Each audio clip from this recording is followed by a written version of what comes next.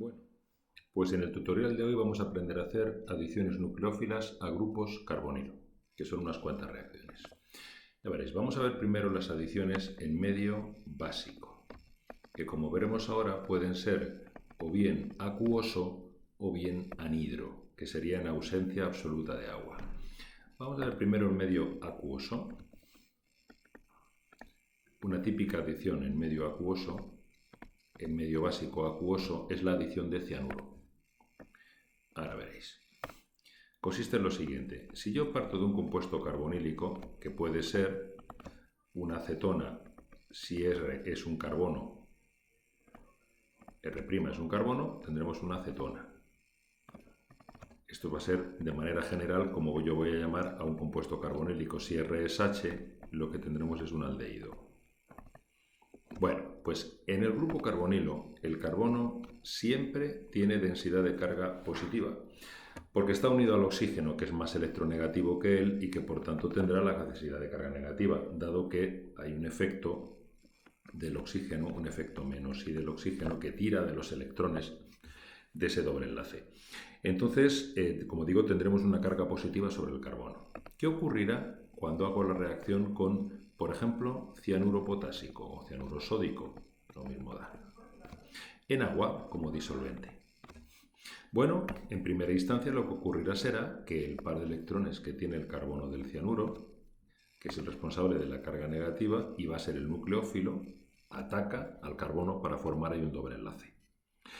Si no se rompiera ningún enlace, el carbono, ese del carbonilo, tendría 5 enlaces después de haber formado el enlace con el nuevo carbono. Por eso tiene que romper el enlace pi que pasará hacia el oxígeno. Si el oxígeno en un principio tenía 2 pares de electrones, ahora va a tener 3. Y por tanto, en el nuevo compuesto va a tener una carga negativa. 3 pares de electrones y una carga negativa. ¿De acuerdo? Este sería en primera instancia el producto de adición. Lo que ocurre es que al estar en un medio acuoso, ese oxígeno es muy básico y va a reaccionar con la propia agua del medio para cogerle un protón y soltar un OH. Es una reacción ácido-base ya normal y corriente que os daría lugar al compuesto que llamamos cianhidrina. ¿Vale? Ya está. Cianhidrina. La típica adición nucleófila. Como veis, he adicionado el nucleófilo al carbono, que era positivo, ¿de acuerdo? Y el oxígeno, después de haberse hidrolizado, después de la hidrólisis, que en este caso ocurre in situ, porque en el propio medio de reacción hay agua, ¿de acuerdo? Veréis cómo se hidroliza y da lugar ya directamente al OH. Ya veremos luego después otro similar también con hidruros. Otro podría ser, por ejemplo, la reacción con borohidruro sódico, como veremos ahora, que esta reacción la volveremos a ver después otra vez en las reducciones, en el tutorial de reducciones. Si yo hago la reacción con borohidruro sódico, el borohidruro sódico es un hidruro muy suave que me permite hacer la reacción en agua. ¿De acuerdo? Ahora veremos después que el hidruro de litio y aluminio no es tan suave y la reacción no la puedo hacer en agua. Pero en el caso del borohidruro sí. Y entonces la reacción es muy parecida. Lo que tendré será, el borohidruro tiene este agrupamiento HBHHH, donde el boro tiene carga negativa. Uno de estos hidrógenos es el que se va a desprender del boro para atacar ahí a ese carbono, como H-, ¿de acuerdo? Esto es equivalente a H-. Equivalente a H-. ¿De acuerdo? Y el par de electrones nuevamente pasará sobre el oxígeno. ¿Qué me queda? Me queda una reacción muy parecida a la anterior, solo que aquí se me ha metido el hidruro. Tendré un oxígeno con 3 pares de electrones negativo, ¿de acuerdo? Que se hidrolizará a continuación in situ, lo mismo que antes, por la presencia del agua. Entonces lo que obtengo en estos casos es directamente el alcohol. ¿Veis? Obtengo directamente el alcohol, el hidruro que ha entrado y el alcohol, ¿veis? Que es el producto final. Obtengo alcoholes a partir de aldehídos y cetonas. Esto sería el medio acuoso. La característica del medio acuoso, como os digo, es que la hidrólisis de la sal que se forma intermedia, la hidrólisis es inmediata, se da in situ, con lo cual lo que obtenéis ya directamente es el producto final. Bien, ¿qué ocurre si el medio no es acuoso? Porque tenemos que trabajar en medio anhidro.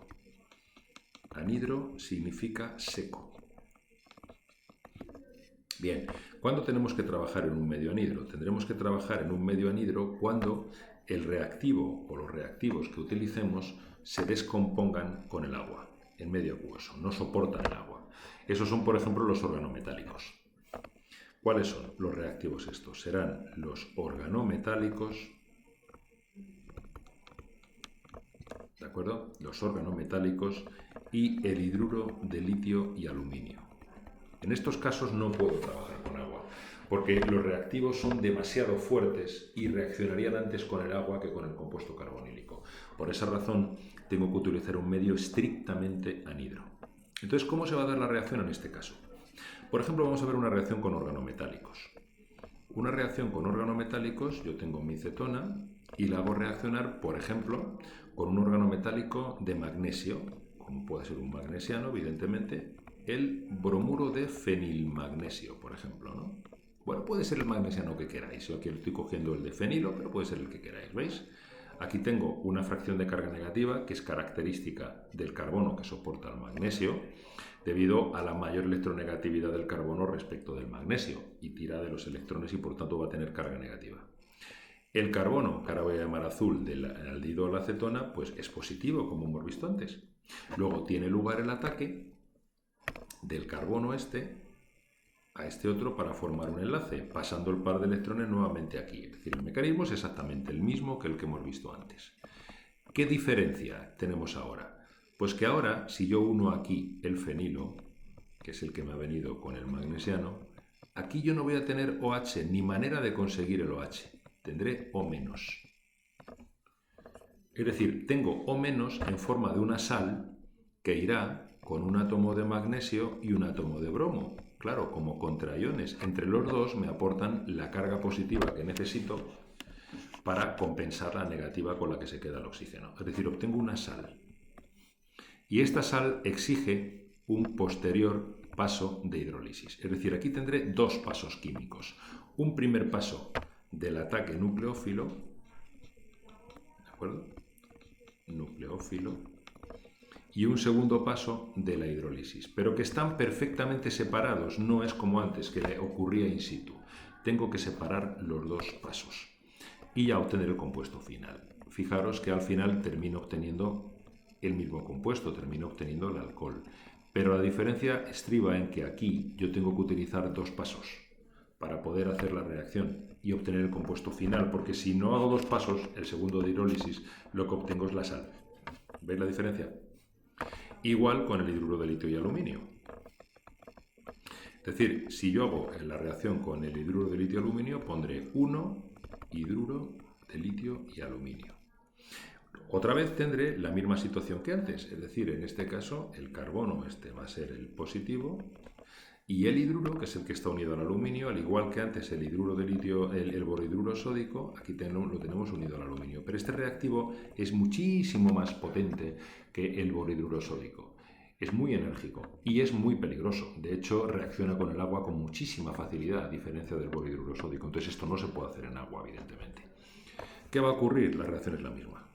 Exactamente la misma. El par de electrones pasará sobre el oxígeno y lo que os quedaría sería este compuesto, el hidruro y el O-, con sus tres pares de electrones, evidentemente, ¿veis? De haber acogido un par de electrones más respecto de la acetona. Ya he conseguido hacer la reducción, la introducción del hidruro. Lo que ocurre es que esto va a estar en forma de sal lítica. Claro, que el litio es el catión que lleva el hidruro de litio y aluminio. Posteriormente necesitaréis una reacción de hidrólisis. Y esta reacción de hidrólisis os llevará finalmente al compuesto que sería el alcohol, que es el mismo compuesto que obtendríais con el borhidruro sódico, pero repito, haciendo una hidrólisis separada. ¿Entendido? Estas son las reacciones en medio básico. Repito, otra vez, en medio acuoso no hace falta hacer hidrólisis en el segundo paso. En medio seco, en medio anhidro, sí. Y esto se va a dar con cualquier organometálico. Cualquier organometálico que nosotros utilicemos requiere un medio completamente anhidro, seco y libre de agua, con lo cual va a ser obligatorio hacer posteriormente una hidrólisis. Lo mismo ocurre con el hidruro de litio y aluminio. Bien, vamos a ver ahora las reacciones en medio ácido. Medio ácido. Las adiciones en medio ácido son típicamente las reacciones con alcoholes y con derivados de nitrógeno, en concreto con aminas, por ejemplo, ¿no? Vamos a ver cómo sería. Fijaos, vamos a ver primero las reacciones con alcoholes. Con alcoholes.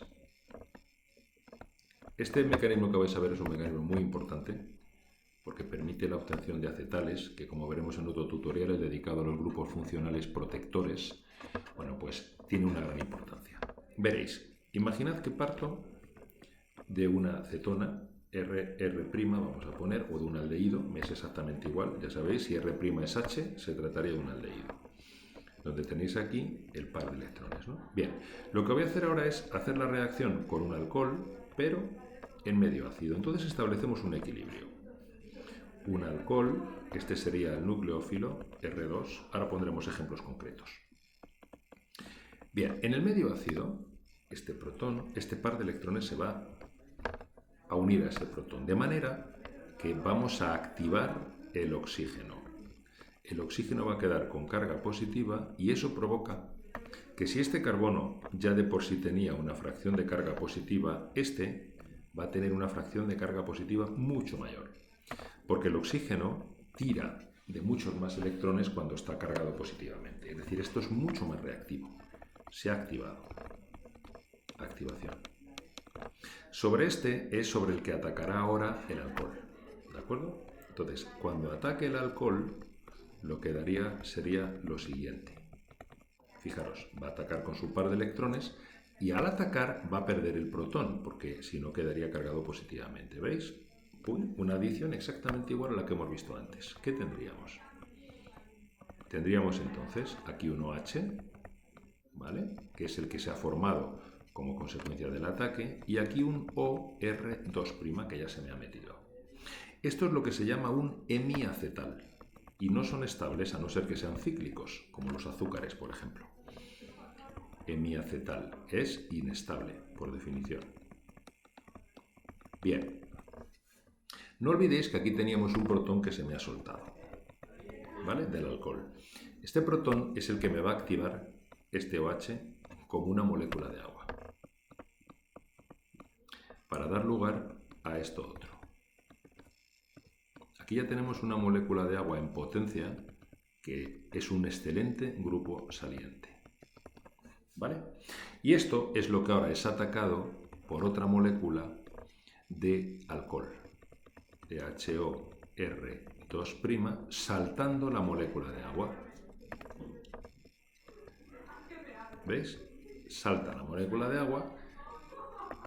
Aquí se perderá evidentemente la molécula de agua.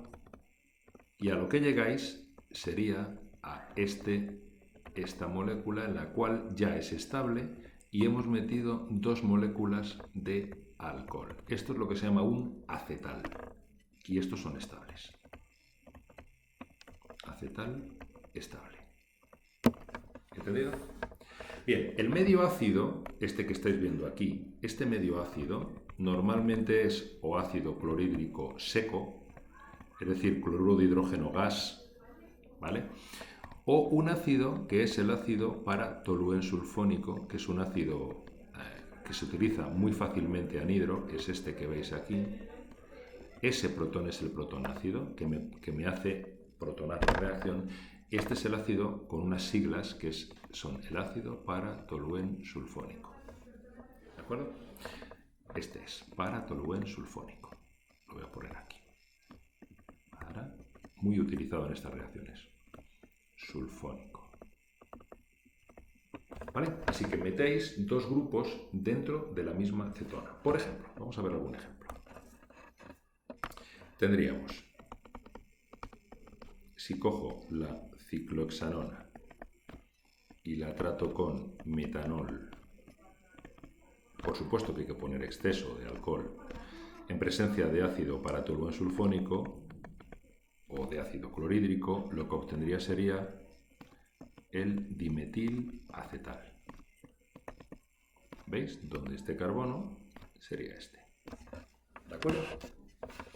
Bien, vamos a ver ahora qué pasará con dioles, con alcoholes. ¿Cómo será la reacción con dioles? Esta reacción es muy importante entenderla bien a efectos de la protección del grupo carbonilo. Con dioles, por ejemplo, con etilenglicol. Etilenglicol. Muy bien. ¿Cómo sería la reacción? Bueno, pues la voy a poner como ejemplo de la propia ciclohexanona. La reacción sería muy similar a la que acabamos de ver. Es decir, solamente va a tener una pequeña diferencia, como ahora veréis. Si tenemos el etilenglicol, que sería este, en presencia de ácido paratoluensulfónico o de ácido clorhídrico, esto va a establecer el equilibrio que ya conocemos.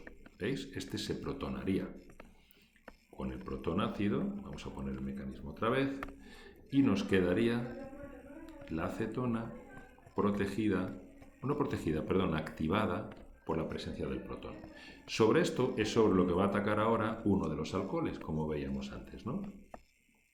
Hasta que ahí, a este carbono, con el par de electrones que pasa sobre el oxígeno. Adición nucleófila siempre es igual.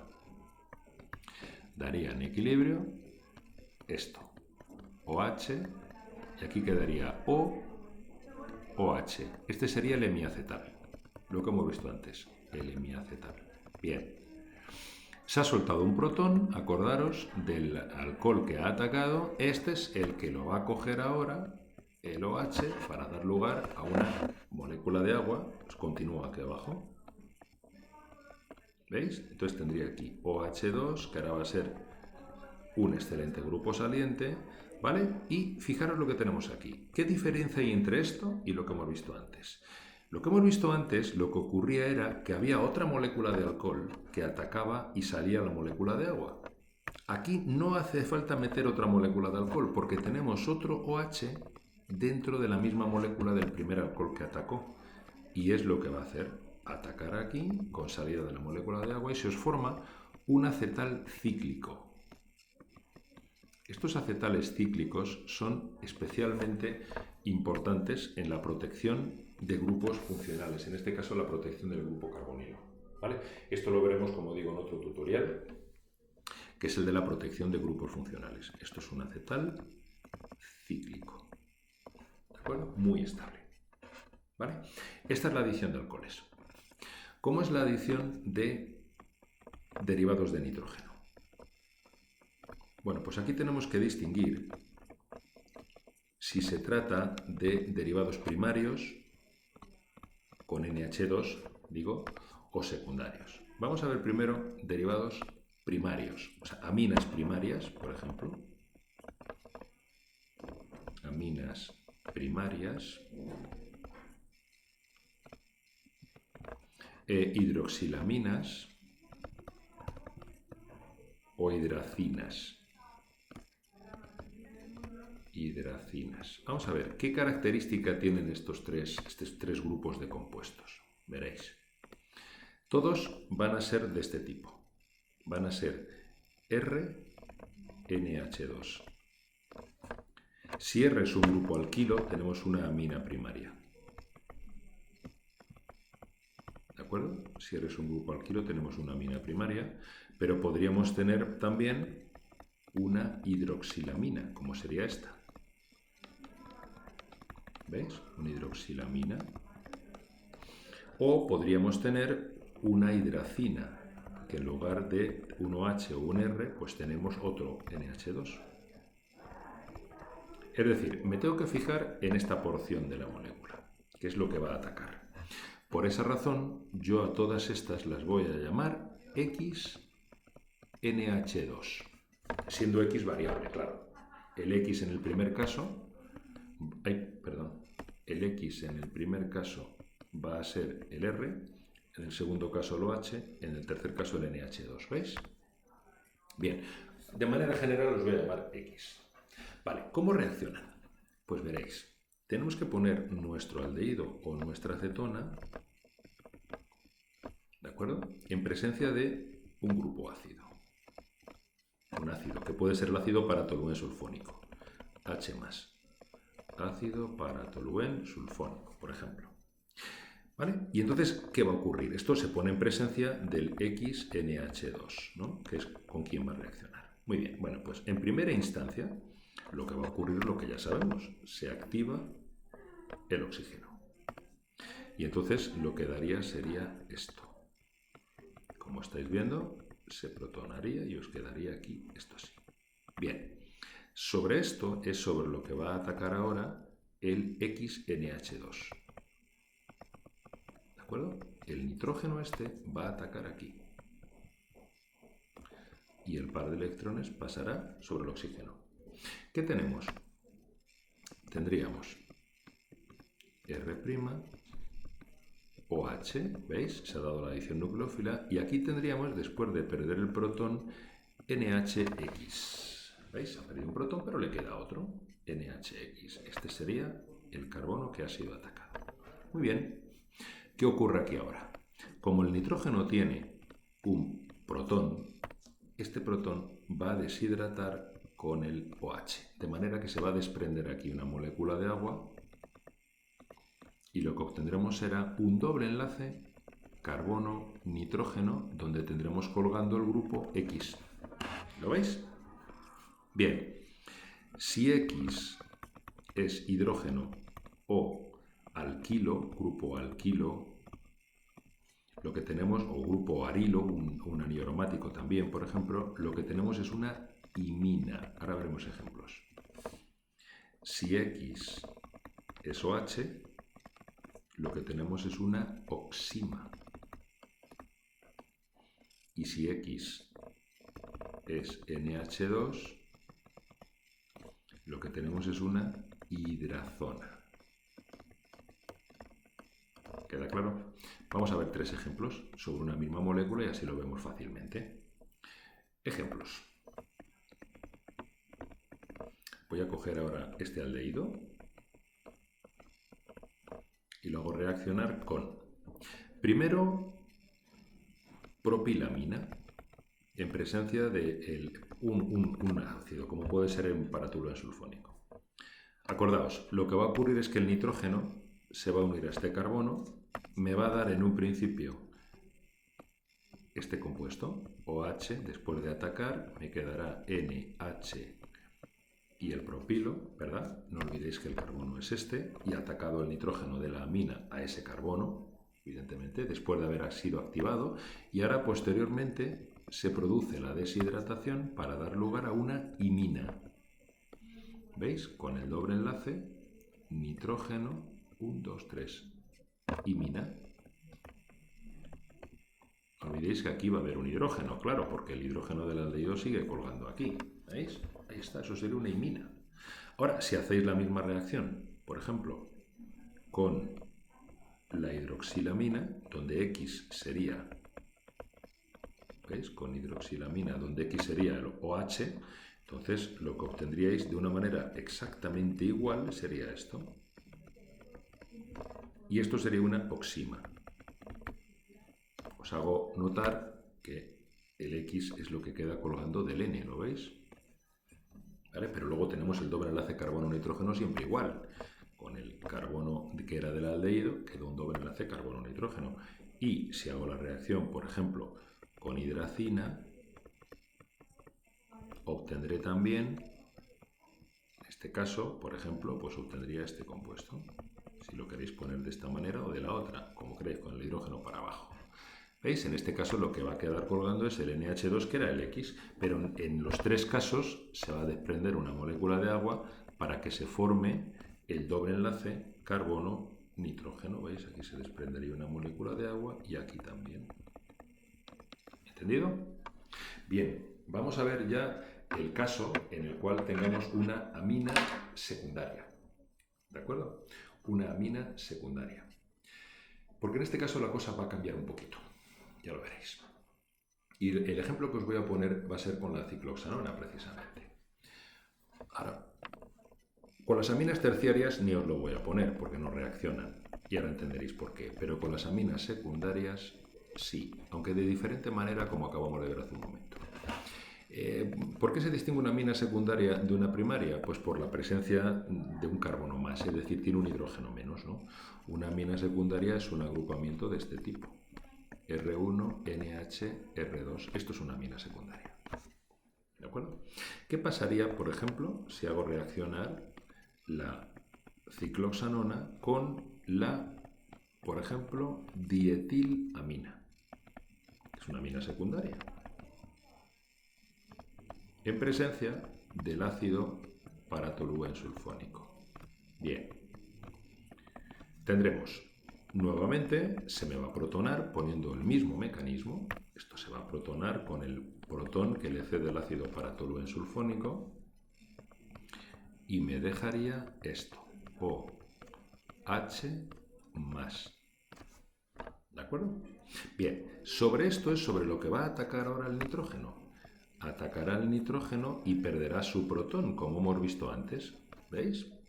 De manera que lo que se me formará será esto.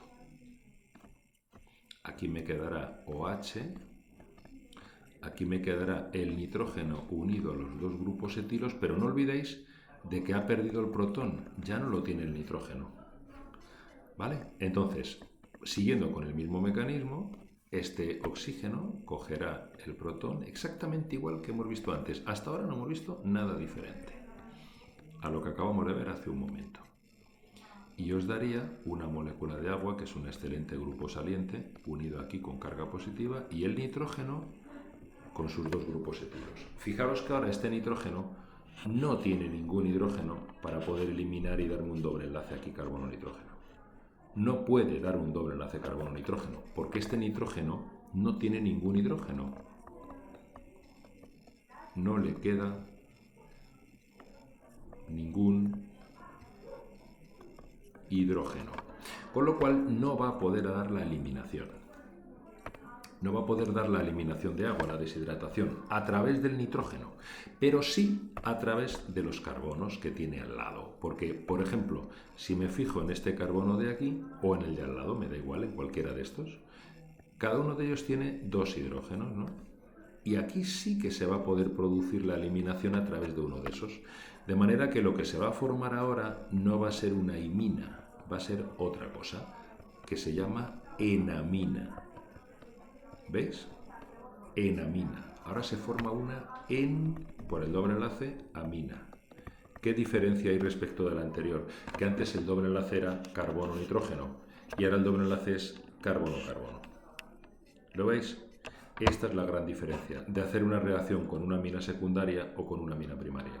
Si hacemos la reacción con una amina primaria, me dará la imina, doble enlace carbono-nitrógeno. Si hacemos la reacción con una amina secundaria, me dará la enamina, doble enlace carbono-carbono. ¿Entendido? ¿Vale? Pero ambas reacciones serán, evidentemente, con aldehidos y cetonas. Muy bien.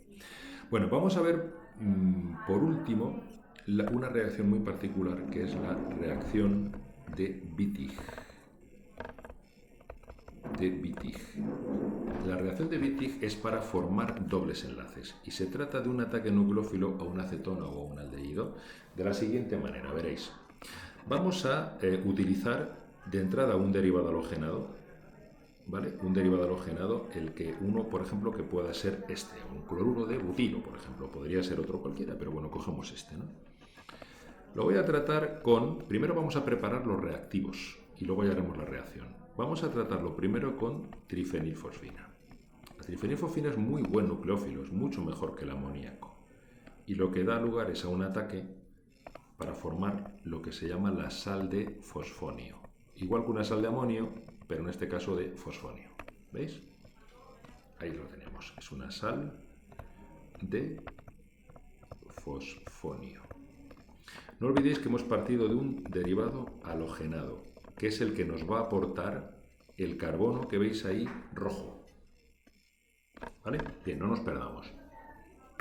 Ahora trato con una base muy fuerte, como es el butil litio. Necesito una base muy fuerte. Ahora veréis para qué. Base fuerte. La necesito para sacar uno de estos hidrógenos, de manera que me va a dejar una carga negativa sobre el carbono. Este es el reactivo de Wittig.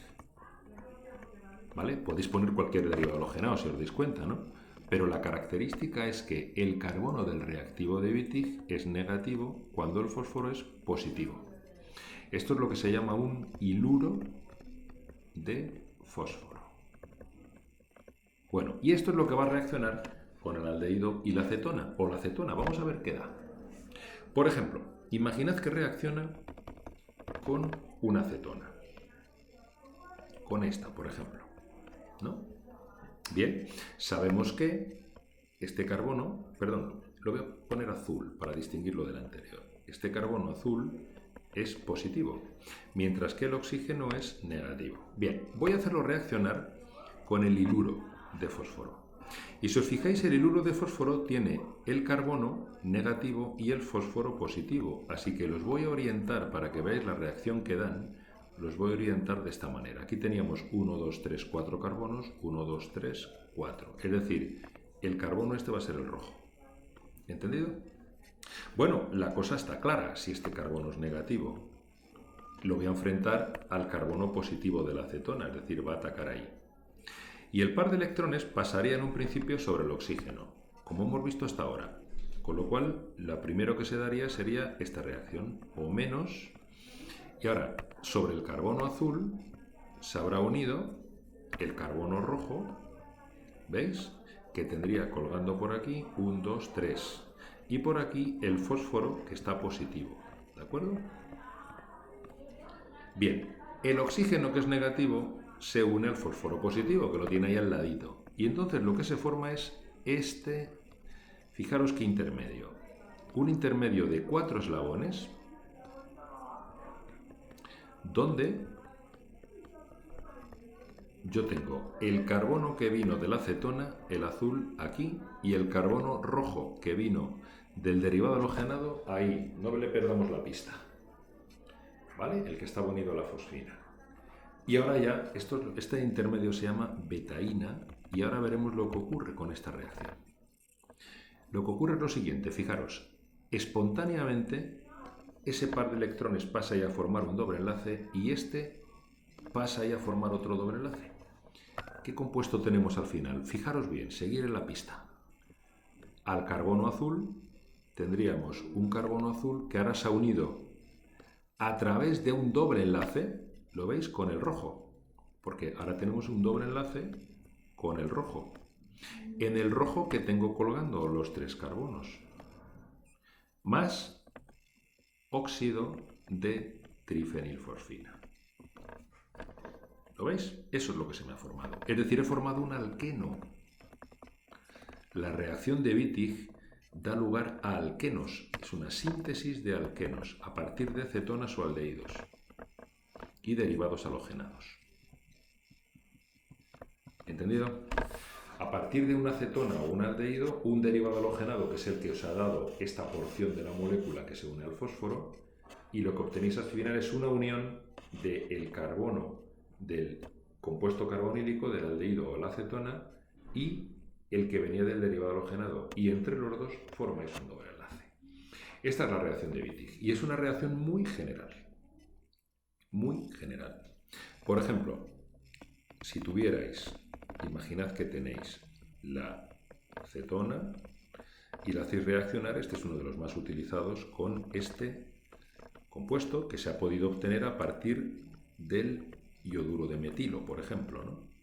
¿Veis? Este sería ya lo que llamamos el iluro de fósforo, este en concreto, por ejemplo, ¿no? Bueno, ¿qué pasaría? Acordaros, ataque aquí, par de electrones que pasa aquí, este sería el carbono azul, y ahora el carbono rojo es este que estamos metiendo ahí, ¿no? El que vendría del derivado halogenado.